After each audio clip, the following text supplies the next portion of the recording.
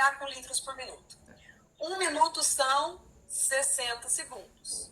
E 60 segundos, X, né? Então, nesse caso, a gente tem 0,45 litros por minuto ou 450 ml por minuto. E essa formulazinha, se quiserem copiar, já podem copiar, porque essa fórmula vai nos perseguir até a calibração, tá?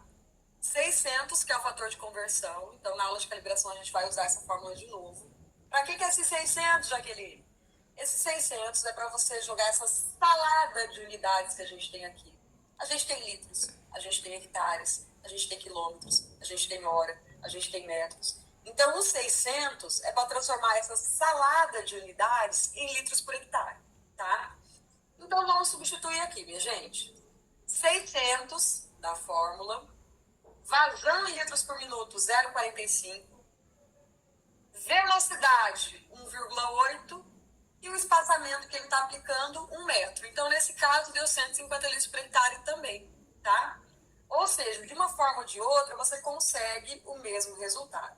Então, minha gente, só para deixar claro aqui para vocês, essa explicação, né, dessa calibração do pulverizador postal, que é um pulverizador mais simples, vai ficar gravada na aula de hoje, tá?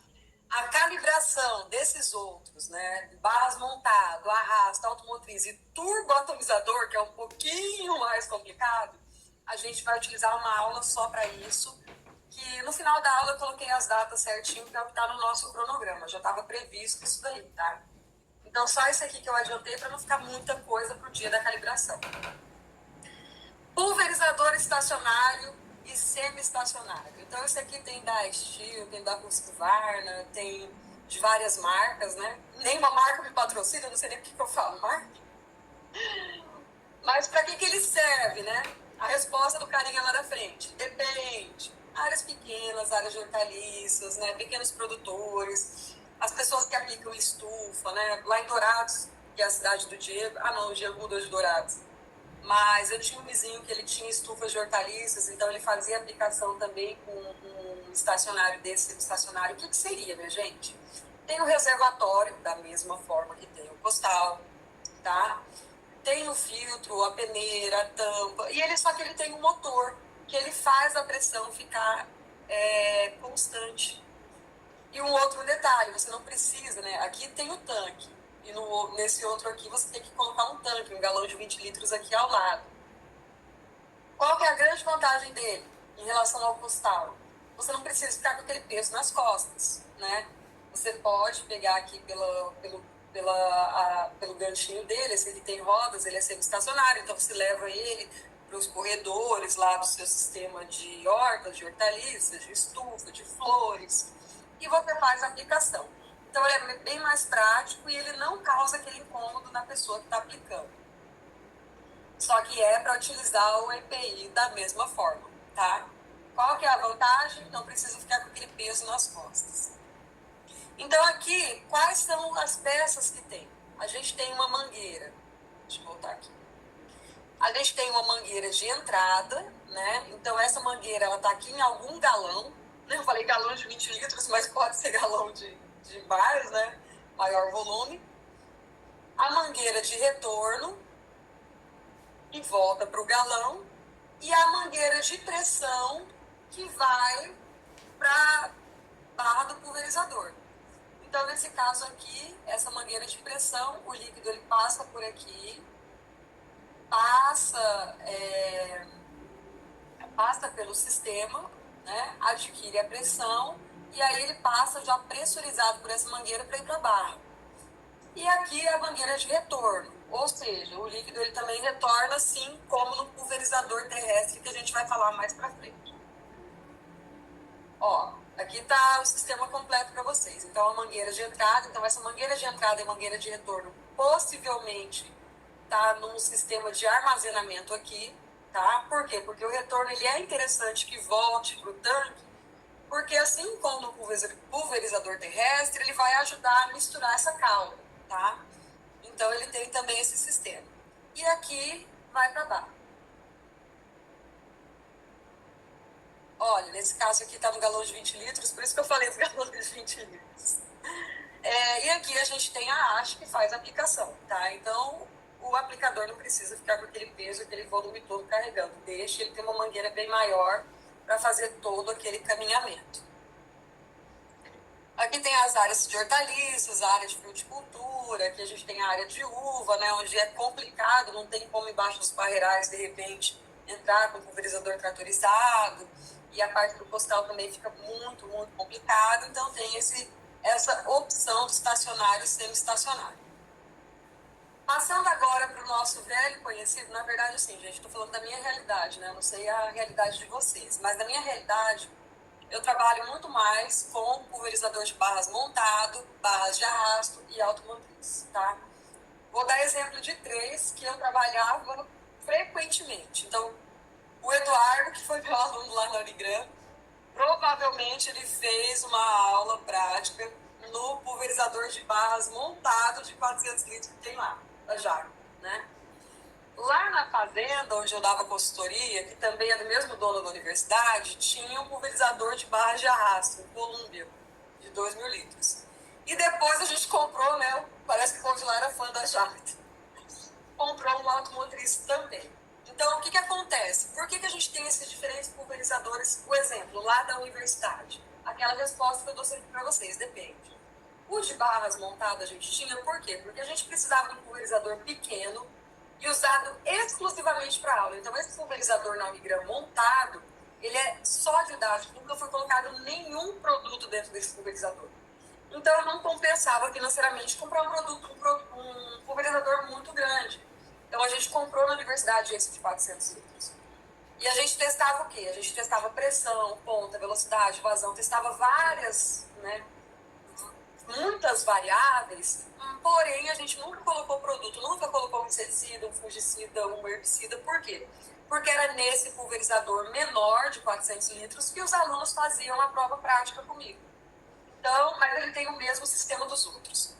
O de arrasto de 2.000 litros, esse meu patrão tinha quando ele tinha 2 fazendas. Quando ele adquiriu uma outra fazenda, e aí ele fez a opção por comprar um automotriz. Por quê? Para dar conta da área, do cálculo que a gente vai fazer na aula de capacidade operacional, né? Será que o meu pulverizador vai dar conta da área que eu tenho? Será que eu tenho que comprar um pulverizador maior? Será que se eu comprar 2 pulverizadores menores eu dou conta dessas áreas? Qual que é o melhor... como que eu faço para ter maior assertividade na hora da compra? Então, na aula que a gente vai ter sobre capacidade operacional, é essa aula de dimensionamento que a gente vai conversar. E eu vou dar o exemplo prático do que eu fiz lá na fazenda, tá? Por que a gente saiu de um Columbia e pegou um maior Uniporte depois. Mas aqui o que seria, minha gente? Vamos focar agora nesses, tá? Aqui a gente tem o pulverizador de barras montado. Aqui a gente tem o pulverizador, para vocês falarem que eu só falo da Jacta. Aqui a gente tem, coloquei de outras marcas também, né? Um pulverizador de barras de arrasto, tá? E aqui a gente tem um autopropelido ou automotriz. Então vocês vão ver na literatura que tem esses 2 pulverizadores. Uma outra coisa, gente, eu achei alguns livros também, eu tenho alguns livros em PDF, eu vou pedir para o Carlos deixar esses livros também para vocês disponíveis lá na plataforma, tá? Que ele fala bastante sobre essa classificação. Bom, vamos começar então quanto à barra, tá? A barra, eu tô falando dos 3 juntos. E tanto do montado quanto do de arrasto, quanto do automotriz ou autopropelido, eu posso ter a barra sem assistência de ar, tá? Que é essa barra normal, onde os bicos estão espaçados a uma determinada distância. Essa barra aqui ela é articulada, então a gente dobra para poder guardar esse pulverizador em algum lugar. Então aqui a gente tem a barra que a gente mais encontra, que é a barra sem assistência de ar. Quanto ao tipo de barra, nós temos também a barra, em qualquer um deles, né, com assistência de ar. O que seria essa assistência de ar? Aqui a gente tem um vórtex, né, o ventilador, que ele está soprando, né, ele está inserindo ar nesse sistema. Para quê? Para direcionar essas gotas no alvo. E aí, pessoal, eu sei que tem gente que ama e tem gente que odeia, né? Vamos puxar essa polêmica para depois da gravação, mas eu quero ver com vocês, quem já trabalha, o que vocês acham desse sistema com assistência de ar. Dá mesmo muita diferença? Então, a gente tem essa classificação.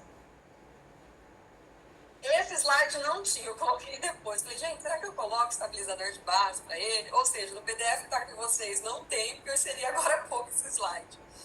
Quando a gente tem uma barra de pulverizador muito grande, né, o que a gente vê na prática? O que eu vejo hoje no dia a dia aqui na minha região?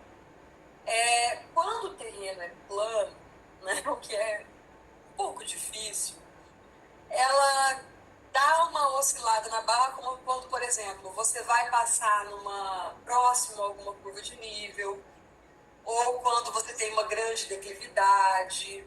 Essa barra pode oscilar nesse sentido. Ela pode oscilar principalmente nas pontas dessa barra. Então, é instalado, né, estabilizadores que fazem com que essa barra seja mais estável e menos oscilante em toda a sua dimensão. Então, a gente tem também a opção desse estabilizador de barras. Pessoal, barras é comum para esses três aqui, tá? Quanto às seções, então aqui a gente tem, né, os sistemas de abertura das seções. O que são as seções da barra? Pessoal, seção é cada partezinha dessa aqui, tá? Deixa eu voltar. Deveria ter pegado uma imagem melhor. Mas, por exemplo, até aqui a gente tem uma seção da barra desse pulverizador. Aqui a gente tem uma outra seção da barra do pulverizador. Então, aqui é a seção onde está articulado, onde eu consigo dobrar para poder guardar esse pulverizador, guardar essa barra. Então, cada seção dessa, olha, aqui eu tenho uma seção, aqui eu tenho outra seção, aqui embaixo eu tenho outra, e aqui desse outro lado eu tenho outras duas seções. Então, esse pulverizador é um pulverizador que eu tenho 5 seções da barra. E o pulverizador com 5 seções da barra, ele tem 5 sistemas de abertura de seção, uma para cada um deles. Então, esse aqui ele abre essa parte aqui do meio, né? E por que é interessante esse desligamento por seção? Por 2 motivos. Primeiro, se você vai fazer uma cabeceira, se você vai fazer você não tem esse desligamento automático de seção, você consegue desligar, né, e fazer um arremate, enfim. Outra questão muito importante é na hora da limpeza. Então, na hora da limpeza, a gente faz limpeza seção por seção. Então, a gente abre essa seção e fecha todas as outras. E faz a limpeza de todo o sistema, seção por seção. Então, é interessante. E é lógico, a gente tem esse sistema de abertura de seção também dentro do autopropelido, por exemplo. Isso aqui é o mais simplesinho para que vocês possam enxergar. Bom, vamos começar então a diferença entre eles, tá? O pulverizador de barras montado. Então, ele é para propriedades menores, por quê? Porque o tanque ele também é menor. Ele é acoplado nos 3 pontos do trator, então eu peguei essa imagem aqui da minha aula de tratores. Então, aqui a gente tem a barra de tração, braço inferior esquerdo, braço inferior esquerdo, braço inferior direito e terceiro ponto. Tá vendo, gente? Quis dar uma de novinha e não pegar meu óculos, estou enxergando direito aqui as coisas. Mas aí ele seria acoplado nesses 3 pontos. Propriedades menores, capacidade de carga geralmente de 200 a 1.500 litros. Então a gente não tem uma capacidade tão grande nesse tipo de pulverizador. Se a gente quer uma capacidade um pouco maior, aí a gente tem que passar para o barras de arrasto, tá? O tamanho da barra é entre 9,5 e 20 metros, então, na verdade, 20 metros, acho que eu vejo, na maioria das vezes, 18 metros, né? Mas na literatura tá que tem 20, então a gente trabalha também com 20. Se você quer um pouco maior, né, que é o caso do que a gente usava na fazenda, que era o Columbia, de 2.000 litros, a gente tem o pulverizador que ele vai conectado à barra de tração. Então, por quê? Porque precisa de uma maior potência, uma maior força, né? Então, ele é acionado pela tomada de potência, ele tem um tanque com a capacidade maior, ele tem barra maior. Então, pessoal, isso aqui é da menor área para maior. Não sei se vocês conseguiram, né? Até aqui, pelo menos, tá? O turboatomizador é uma outra história. Então, esse aqui são para áreas maiores, porque reservatório maior, barra maior também. Maior capacidade de tanque, capacidade entre 500 e 4.000 litros. E ontem eu estava atualizando essa aula para vocês, falei, mas cadê esse pulverizador de arrasto de 4.000 litros? Quero ver quem é ele, né? Quero ver se é verdade esse negócio. E realmente, pessoal, procurei dessa marca aqui, né? Segundo o fabricante, pode chegar até 4 mil. Eu não conheço até esse volume todo de tanque, né? Eu conheço até aqueles que a gente mais tem, que é o volume no caso. Então as barras também são maiores.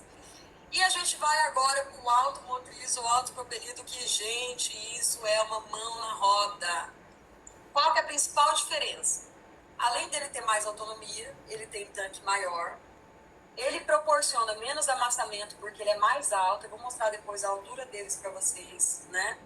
E ele tem sistemas modernos. Outros também a gente pode colocar dentro do trator, né? O sistema de acionamento e tudo mais, a gente pode colocar no trator. Mas esse aqui, ele também vem com esse controle, com essa automação, né? A questão da suspensão, a gente pode andar a uma maior velocidade. Tanto que no material que eu vou deixar depois disponível para vocês, alguns livros falam de maiores velocidades, mas assim, geralmente aqui na minha região não passa de 15, 18 km por hora, né? Mas o que acontece? Depende muito se é uma área que você consegue andar, que você não manobra tanto, uma área que não tenha tanta declividade, que não tenha tanta oscilação, né? Cada região tem as suas peculiaridades, mas a grande vantagem dele é a autonomia. A grande vantagem dele é também reduzir o amassamento e a questão da estabilidade e velocidade.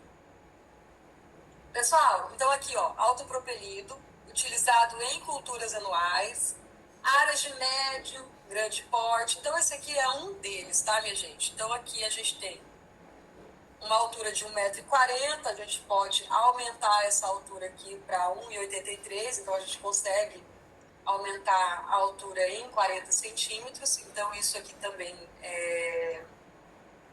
ajuda bastante em relação ao amassamento, em relação à época que a gente vai entrar na nossa lavoura. Bom, aqui a gente tem também a questão do esquema dele, né, desse pulverizador. Então tem o reservatório, tem a gabine, o controlador, motor, acesso, transmissão. Então ele é todo completo, ou seja, autopropelido, não precisa da questão de ter uma força, né, uma outra fonte de potência. Ele mesmo tem o motor, tem a fonte de potência.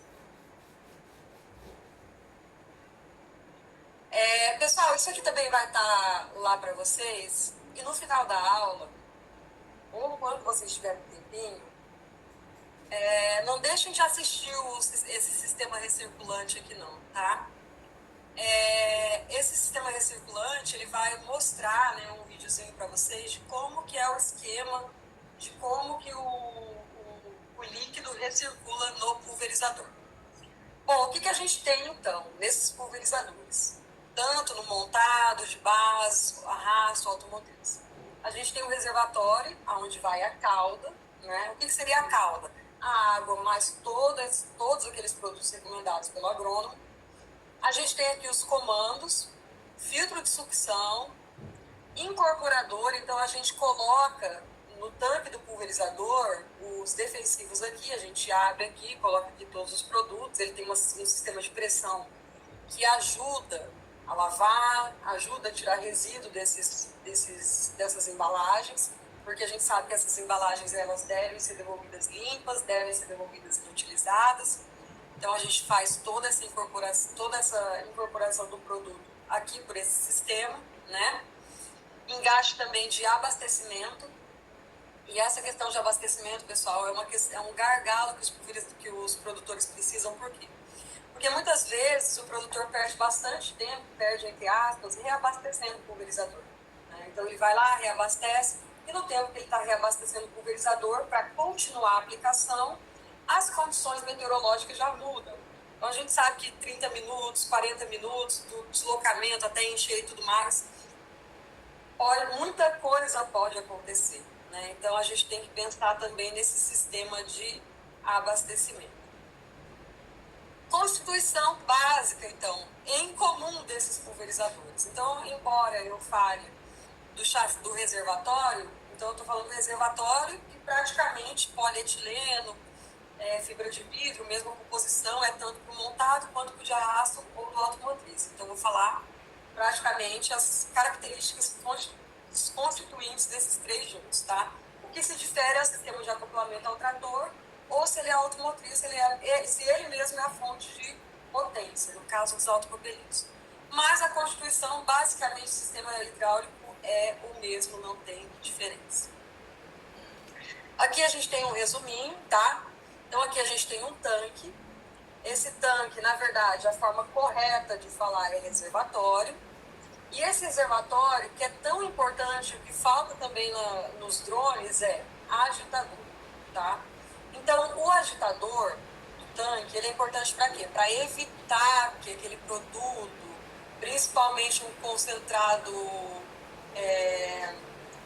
não concentrado emulsionável, um concentrado solúvel, pó molhável, pó solúvel, ele se decante, tá?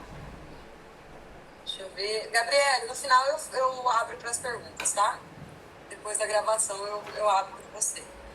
Então, a gente tem esse sistema de agitação, deixa eu voltar aqui, esse sistema de agitação que pode ser de duas maneiras, ou hidráulico ou mecânico, tá?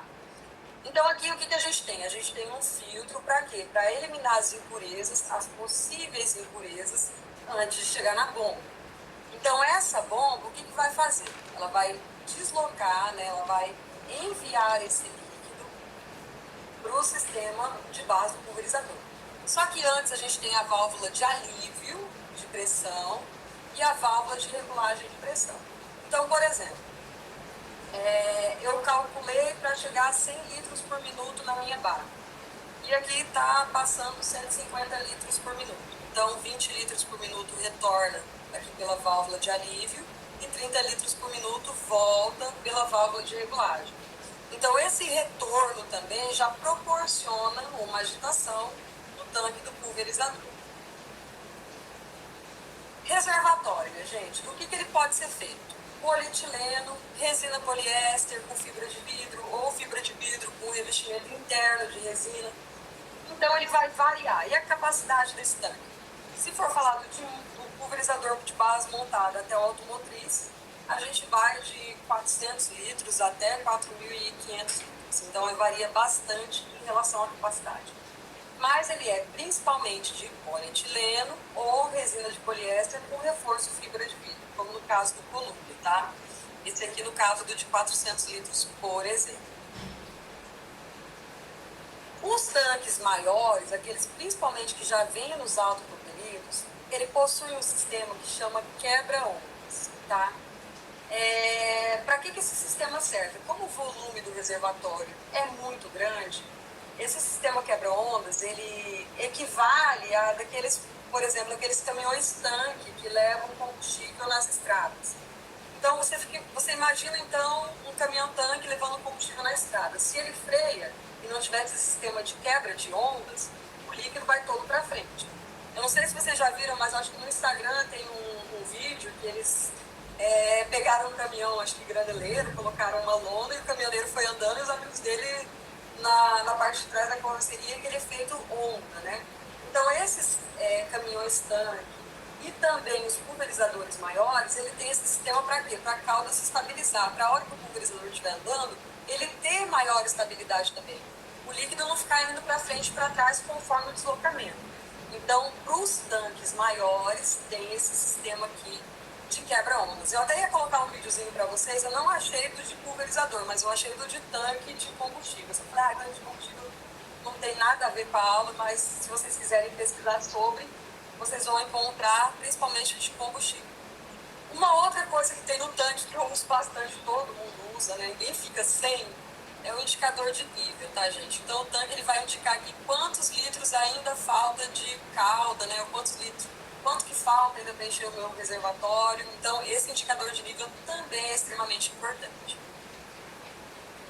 Filtro, gente. A gente tem vários filtros no sistema de pulverizador. O primeiro deles também, dependendo do tamanho do pulverizador, é o filtro que está junto com a parte superior de abertura, para colocar na hora do abastecimento de água. Então, a gente tem esse filtro de uma malha maior, tá? E aqui a gente tem o sistema de abertura. Então, aqui fica o primeiro sistema de filtragem, que é a filtragem antes de colocar água no reservatório. Em relação à bomba, bomba a gente tem dividido em dois tipos de bombas, que vai dar pressão nesse líquido para o meu pulverizador. Primeiro, a bomba de deslocamento positivo, que podem ser dois tipos de bomba, por pistão e por diafragma. E a bomba centrífuga, que é uma bomba que ela vai trabalhar como se fosse uma máquina de secar roupas. Então, ela promove aquele movimento, né? Qual que é a vantagem e desvantagem? Quando que um é utilizado, quando que outro é utilizado, tá? Por que eu não bato tanto na bomba hidrostática e na bomba centrífuga? Porque é algo que já vem de fábrica, que não é o agrônomo que toma decisão em qual bomba colocar no pulverizador, né? Mas é interessante a gente saber do funcionamento. Então, a gente tem a bomba hidrostática, né? A de pistão, até 40 bar, vazão de 300 litros por minuto. Enquanto a do diafragma, a vazão chega até 100 litros por minuto, a bomba por diafragma. Quando a gente tem uma bomba centrífuga, a gente tem pressões menores, então enquanto aqui a gente tinha maior pressão, porque a de pistão funciona como se fosse um pistão de motor de um carro, aqui a gente tem uma pressão menor, só que a gente tem vazões maiores. Então, enquanto aqui até 300 litros por minuto, a bomba centrífuga, que vai proporcionar com que aquele líquido, deixa eu só voltar aqui para vocês, ó, vai fazer com que esse líquido tenha pressão suficiente para chegar na barra. Deixa eu voltar aqui. Nesse caso da centrífuga, é até 500 litros por minuto. Quando que a gente vê uma, quando que a gente vê outra, né? Geralmente, pulverizadores acionados na TDP, né? A gente tem as bombas hidrostáticas. A centrífuga a gente tem quando a gente trabalha com uma rotação maior, trabalha com maior volume, ou seja, os autopropelidos ou automotrizes geralmente tem bombas centrífugas, enquanto os acionados pela TDP, os montados, eles têm essa hidrostática. Quanto ao retorno, né, quanto à questão